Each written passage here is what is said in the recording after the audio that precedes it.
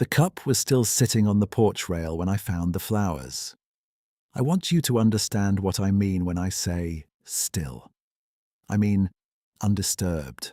I mean the chamomile had gone cold and the steam was long gone and the mountains had been dark for hours. And none of that was the strange part. The strange part was what was laid across the rim. A small dried sprig, 3 inches long, the stems bound together by what looked like their own twisting. Flowers I had not seen growing anywhere on that ridge. Flowers I recognized from the inside cover of every journal my wife Marlene ever kept. I stood on that porch in the cold pre-dawn air, and I did not move for a long time. Soot sat beside my left boot and did not move either. And from somewhere behind the birch grove at the far edge of the property, something very large was making no sound at all. To explain why that mattered, I need to go back about 3 weeks. I had been a sober companion for 11 years by then. That is what the field calls it. A sober companion, though I have heard other names over the years. The work is what it sounds like. You stay with someone who is newly out of treatment, or who has relapsed and is trying again, or who is in the kind of fragile early stretch where being left alone is genuinely dangerous. You live alongside them. You keep odd hours. You learn their rhythms the way a nurse learns a patient's breathing, not by asking, but by paying attention until the answer becomes obvious. I had learned the work the hard way, the way most people in that field do, through proximity to someone they could not save. My younger brother Dale went through 4 treatment programs over 8 years, and I was the one who drove him to 3 of them. He has been sober for 6 years now, which is a number I keep close. But watching him struggle taught me something about the specific texture of those early weeks when the body has stopped needing the substance, but the mind has not yet learned how to be still without it. I understood the sleeplessness. I understood the way ordinary silence could feel threatening, and I was patient in a way that I think comes naturally to people who have waited a long time for something they were not sure would ever arrive. I had married Marlene when I was 34. She was a botanical illustrator, self-taught, and she kept journals the way some people keep houseplants, compulsively and with genuine tenderness. She pressed flowers into every journal she owned, sometimes glued flat, sometimes tucked loose between pages, and she had her favorites. The mountain aster was one. Small purple-white flowers with yellow centers, the kind that grows at elevation in late summer on north-facing slopes. And she had told me once that she liked it because it bloomed when most other things had given up for the year. She was diagnosed with a progressive neurological illness when she was 51. We had 4 years from diagnosis to the end, and I want to say I used those years well. But the honest answer is that I used some of them well, and the rest of them I spent learning how to be afraid. When she died 18 months before the cabin trip, she had been declining for so long that her absence felt, in those first days, almost like a continuation of the same loss I had been accumulating for years.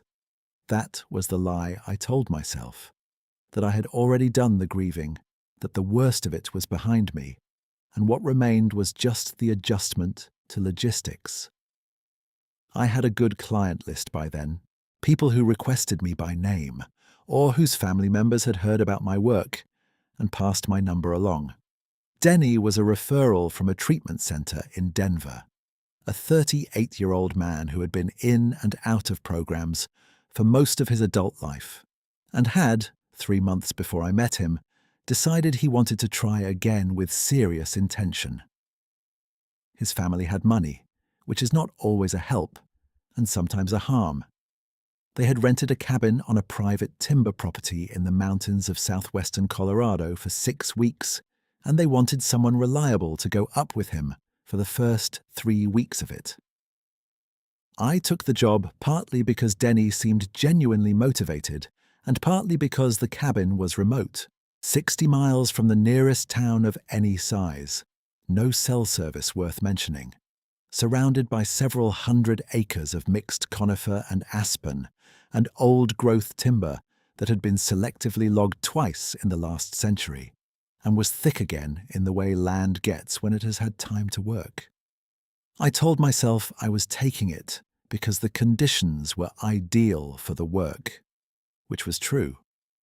I also told myself I was not taking it to put some distance between myself and the apartment in Durango where I had lived with Marlene for 14 years, where I kept making 2 cups of chamomile tea every evening out of a habit I had not been able to break. If you have ever done the thing where you go through a grief motion without admitting to yourself that it is a grief motion, you already understand what I am describing. I am not a person given to self-examination on the schedule that would be most useful to me. I notice things about the external world with reasonable accuracy, and I notice things about myself with a delay that has cost me on more than one occasion. I packed Soot into the truck on a Tuesday morning in late September. He was 9 years old by then, a black mixed-breed dog of about 50 pounds, who had been camping with me enough times that the sight of the gear bag made him quiet and serious in a way that I found reassuring.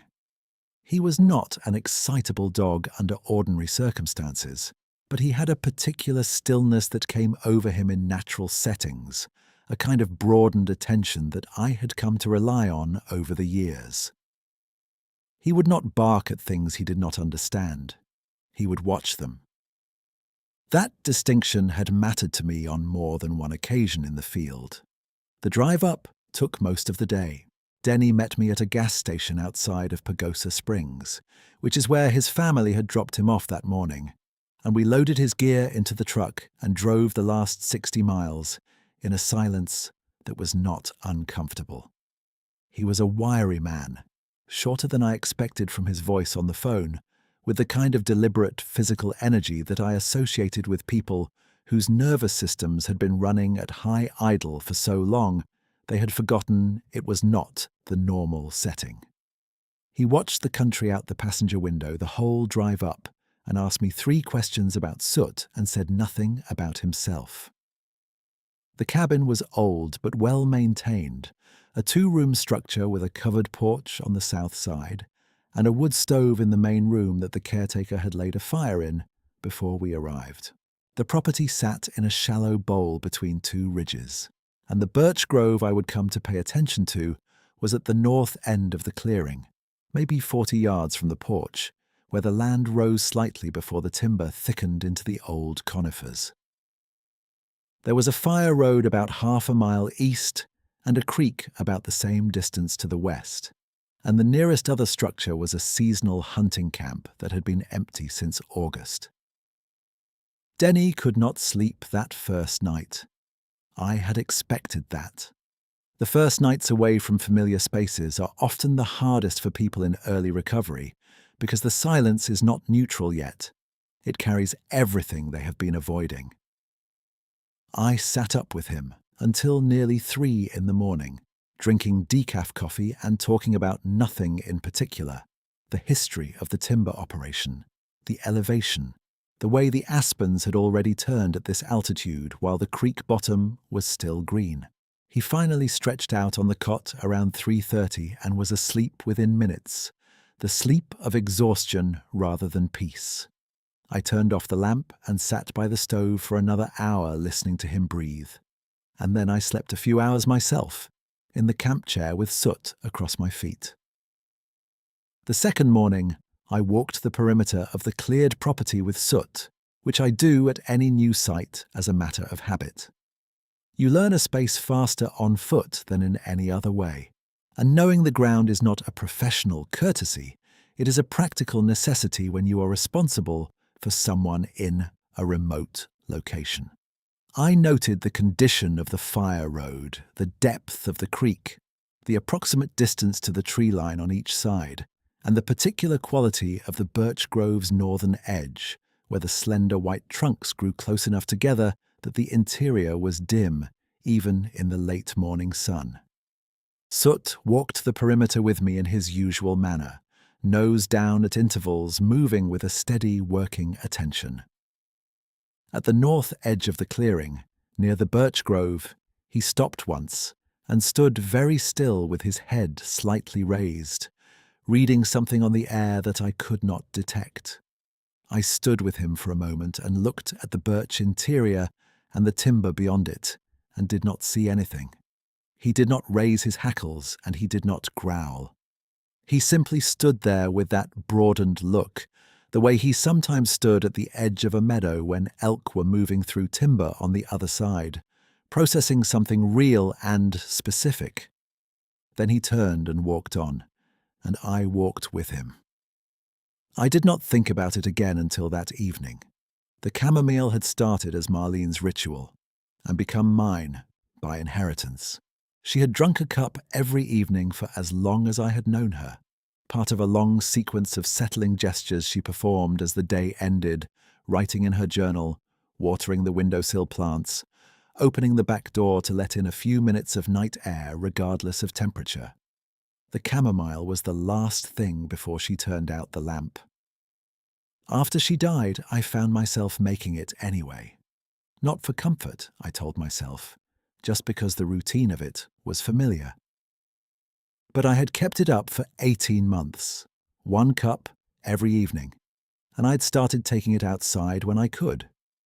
At the cabin, I made the cup around 7 in the evening, when the sky behind the western ridge had gone from orange to a deep purple grey, and the temperature had dropped enough that I could see my breath. Denny was inside reading, the most settled I had seen him, and I brought the cup out and set it on the porch rail in the spot that caught the last ambient light. I stood out there for a few minutes in the cold. The mountains held the silence differently than lower country. Sound carried farther and also seemed more selective, as if certain frequencies had been edited out. The aspen leaves had gone yellow-gold, and the ones still clinging to the branches ticked against each other in a wind I could barely feel on my face. I went back inside before the tea went cold. I am noting that because later I could not entirely remember if I had intended to come back for it or had simply left it there. It was a thing I sometimes did at home on the porch in Durango, leaving the cup overnight, though I could not have told you why. Some habits do not require a reason you can name. That evening, Soot lay across the doorstep for most of the night. He had never done that at the cabin before, and I noticed it when I got up at 2 in the morning to check on Denny. He was lying with his chin on his paws facing the door, not tense, not alert in the way that signals danger, just present and attentive in a way that was different from his usual sleeping posture. I stepped over him carefully and went to look in on Denny, who was in the deep, motionless sleep of someone genuinely at rest for the first time in days. I stood in the doorway and listened to him breathe and felt the particular quality of relief that comes when someone you are responsible for is actually okay. Not just quiet, but okay. Coming back through the main room, I noticed that the birch grove had gone silent. I want to be precise about what I mean, because the mountain at night is not a quiet place if you know how to hear it. There is the creek. There is wind in the upper branches. There is the small, intermittent sound of the timber settling and contracting with the cold. And there are usually, at this altitude in late September, the sounds of whatever is moving through the dark, mice in the woodpile, an owl in the hemlocks east of the clearing, small rustlings that might be deer or might be nothing more than a branch releasing a load of frost. The night has its own texture of sound, and after 2 days at a site, you begin to know what that texture is. The birch grove had stopped making any of that. Not menacing, not threatening, just empty in a way that did not match the temperature or the wind, which was still moving in the aspens further south. The absence was precise, like a room in a house that has been carefully cleared. I stood at the window for a while. Soot had not moved from the doorstep. His stillness was the stillness of a dog paying attention, rather than a dog alarmed, and I have learned over the years to tell the difference. I considered several explanations in sequence and found each of them unsatisfying in a specific way. A large predator in the grove would have produced a different kind of silence, sharper and more compressed. A weather front would have changed the wind pattern across the whole clearing, not just the north end. I was tired, but not so tired that I was misreading the acoustic texture of a space I had been attending to for 2 days. I went to bed. I told myself the silence was coincidental. By which I mean I told myself that, and I did not entirely believe it, and I went to bed anyway, which is what most practical people do with things they cannot immediately explain. I want to say something here if you have stayed with me this far. I am not a person who reaches for the inexplicable. In 11 years of this work, I have seen real things go wrong in the field, and I have learned to trust what my trained attention reports over what I would prefer to find. If I am telling you this story, it is because the explanation I eventually had to consider was the only one that fit all of what I observed. I have sat with that for a long time. I am still sitting with it. Before first light, I woke with no particular urgency, the way I sometimes do in unfamiliar settings, my body carrying the habit of vigilance even when sleep has been adequate. It was cold enough in the cabin that the fire had burned down to coals, and the window beside the cot showed a sky the colour of graphite, with a thin line of paler grey at the ridge. Soot was standing at the door, not lying, standing. His posture was the same attentive calm as the night before, but he was on his feet, and when I sat up, he turned and looked at me, and then looked back at the door. I put on my boots and my jacket, and I opened the door and stepped out onto the porch. The cup was on the rail where I had left it the night before, undisturbed, as I said. The chamomile inside had gone cold, and the faint scent of it was still there in the cold air. Or maybe I was imagining the scent, because I expected it. Soot came out behind me and stood at my left side and looked toward the birch grove. The sprig was laid across the rim. I picked it up slowly, which is not what I expected my hands to do. I expected hesitation, I think. I expected some practical impulse to identify it, to determine how it had arrived there, to run through the inventory of rational explanations. But my hands moved before my mind had completed those questions, and I was holding it before I had decided to. 3 inches, roughly. The stems dry and intact, the flowers small and pale white-purple with the yellow centers I remembered from every journal cover Marlene had ever shown me.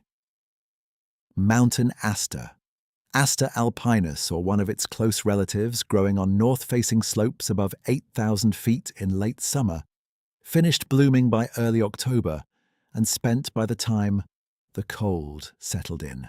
I had not seen any on my perimeter walk. I had not seen any anywhere on the cleared property or along the tree line. The stems were dry the way a pressed flower is dry, not wilted but preserved, as if they had been carried from somewhere else. I am a person who measures tracks against his boot. I measured the sprig against my hand. I turned it over twice.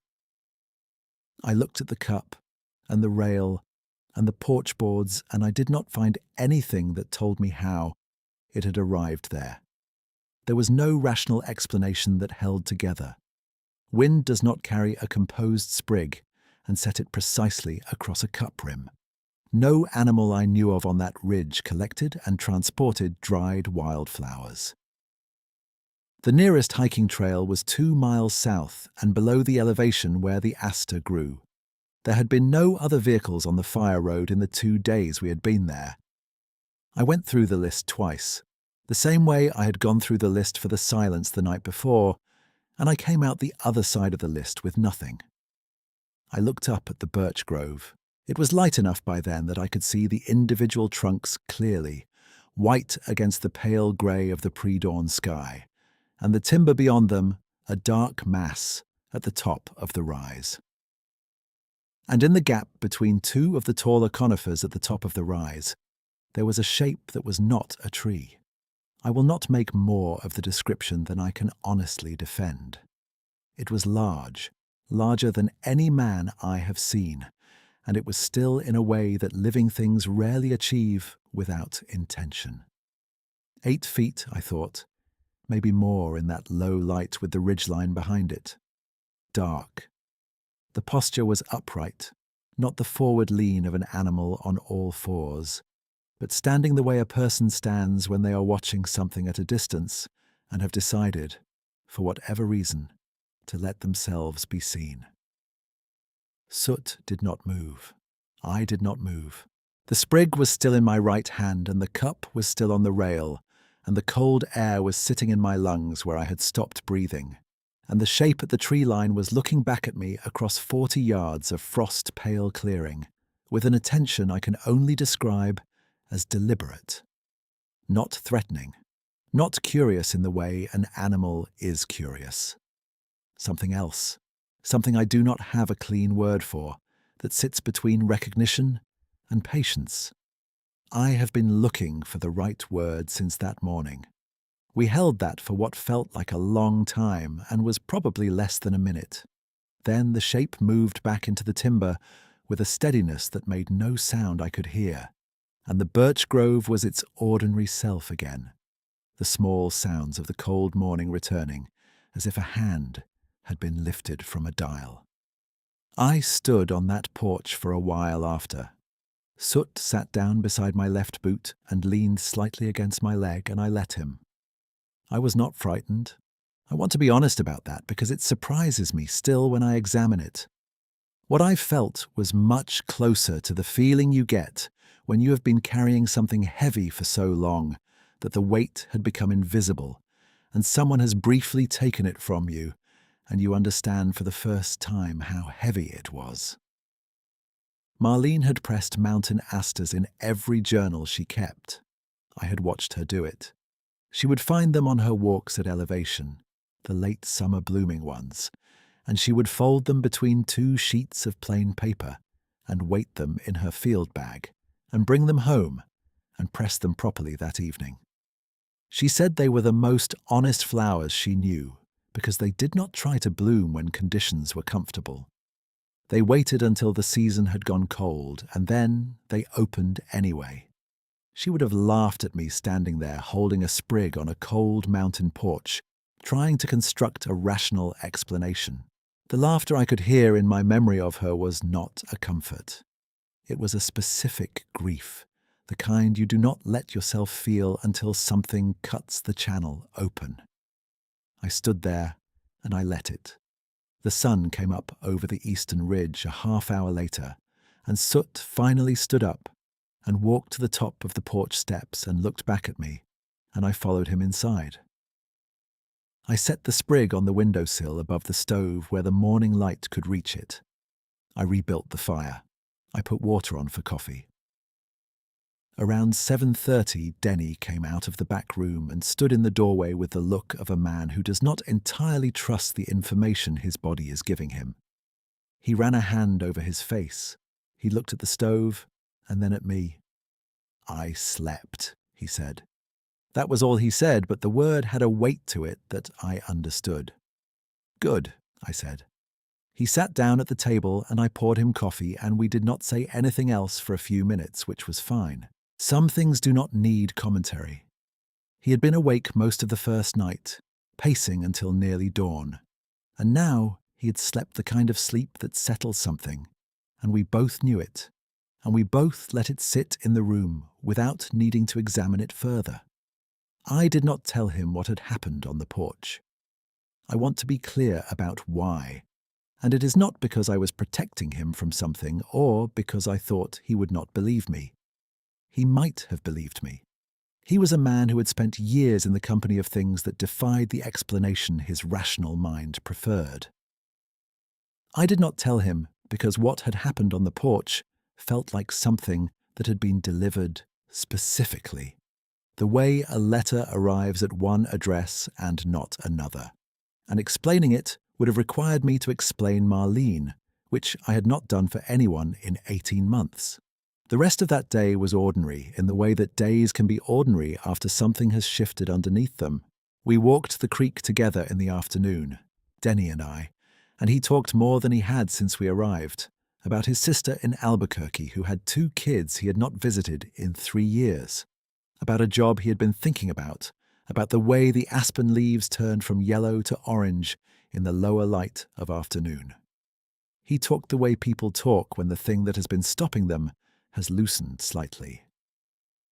I listened. That is most of what the work is. Soot walked between us on the creek trail with his working attention, stopping occasionally to read something in the air. At one point he stopped and stood facing the timber on the north bank, and I watched him, and he stood like that for a long moment with his chin slightly raised, and then he simply walked on. I noted it and said nothing. That night I made the chamomile again and took it out to the porch rail in the cold. The sprig was still on the windowsill inside. I did not put it back on the cup. I stood out there in the dark, and I looked at the birch grove and the timber above it, and I thought about Marlene pressing flowers between sheets of plain paper. And I thought about the weight I had felt lifted on the porch that morning, and I let myself be sad in a way that I had not allowed myself in 18 months. Not performed sadness, not grief managed for the comfort of other people, just the honest thing. Cold air and a cup of tea going cold, and a man standing at the edge of a mountain clearing knowing what he had lost. It took a long time. When I went back inside, Soot was at the doorstep again, and I stepped over him, and I slept 8 hours straight for the first time since Marlene died. The 3rd morning was the last before we were scheduled to rotate out for a week, and I spent part of it talking to Denny about what happened after these first weeks. The practical things, the routines that would need to hold, the meetings in Durango he should find, the particular quality of attention he should bring to the first few weeks back in ordinary life, when everything would be familiar and therefore easier to misread as safe. He listened in the serious way he had begun listening, which was different from the guarded listening of the first day. Something in him had taken on more surface area. When the family's driver came up the fire road to collect us, Denny loaded his gear and put his hand out to me in the way people do when they want to shake hands, but also want to say something they have not quite found the words for. "Same time next week," he said. "Same time," I said. Soot jumped into the truck bed and I took the sprig from the windowsill and wrapped it in a page from my notebook and put it in my jacket pocket. And I took the cup down from the porch rail and washed it in the basin and packed it in my kit. And I drove down the mountain in the morning light with the fire road running out straight ahead and the timber on both sides heavy and close, and the sky above the ridges a cold, pale blue. I have thought many times about the word for what I felt standing on that porch. I have tried a few, and none of them have been exactly right. The closest I have come is witnessed. Not helped, not healed, not given something I was owed. Just noticed in a way that was precise and specific, and could not have been accidental, by something that had been paying attention in the dark to a man performing a small nightly ritual he had never explained to anyone. The flowers that Marlene thought were honest, because they bloomed when the season had gone cold. I went back to Durango and I kept the chamomile going. I kept the sprig in a small clay dish on the windowsill above the kitchen sink, which is where I could see it every morning. The pressed flowers did not lose any more color than they already had. I cleaned around them when I cleaned the windowsill. I did not put them away. About 2 months after the cabin trip, I called Marlene's sister, Carol, who lives outside of Taos. I had not spoken to her since the memorial. She had reached out twice in the months after, and I had not called back, which I am not proud of. When she answered, I did not say what I should have said immediately. I fumbled with it the way you do when you have waited too long, and the right words have not arrived in the meantime. I should have called sooner, I said. I'm sorry I didn't. She was quiet for a moment. I'm glad you did, she said. That was all. It was enough. We talked for an hour. She told me that Marlene had pressed flowers for her too, in letters she had sent over the years, the same mountain asters among others. Carol had kept them in a shoebox. She got the shoebox out while we were on the phone and read me the pressed names Marlene had written on the paper sleeves she kept them in. We stayed on the phone past dark, and I sat at the kitchen table with the sprig in the clay dish on the windowsill, catching the last light outside, and soot at my feet. I do not tell this story often. I told it once to my brother Dale over coffee at his kitchen table in Alamosa, and he listened the whole way through without interrupting, which is how I knew he understood something about it that did not require explanation. He said when I finished that he had always thought the mountains paid attention in ways people had stopped giving them credit for. I told him that might be true. Denny completed his 6-week stay, which I came back for the 2nd and 3rd weeks, and the last I heard from his family he was still sober and had started a job in conservation work, the kind that keeps you outdoors and in motion, which suited what I knew of him. I have thought about that too. 2 men up on a mountain, both of them held awake by something unresolved, and one morning the air shifts and one of them sleeps, and neither of them knows the full weight of what passed through the night. I still work, I still take remote assignments when they suit the client and the situation. I still bring soot when I can. He is older now, moving a little slower, his muzzle going grey in the way that happens faster than you expect with a dog you love. I still make the chamomile in the evenings. I still take it out to whatever porch or step is available, and I still stand in the cold for a few minutes before I come back inside. I did not go back to that specific property. Back to that. I thought about it more than once, and I cannot fully explain why I did not arrange to. Maybe I understood that the mountain had done what it came to do, and repeating the trip would be asking for something beyond what was offered.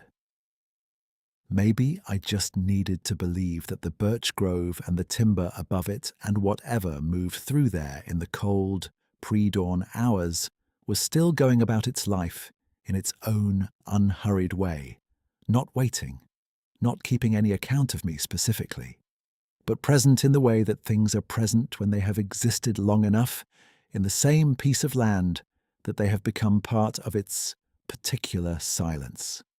The sprig is still in the clay dish. The clay dish is on the windowsill above the kitchen sink where I can see it every morning when I fill the kettle. The flowers have not changed. Soot is at my feet right now, the way he usually is in the evenings, his chin on his paws and his eyes at half-mast, the old dog's patience that I have tried to learn from for 9 years. The kettle is on. The light is going out of the sky above the ridge behind the house in that particular sequence. I have watched enough times to know by heart.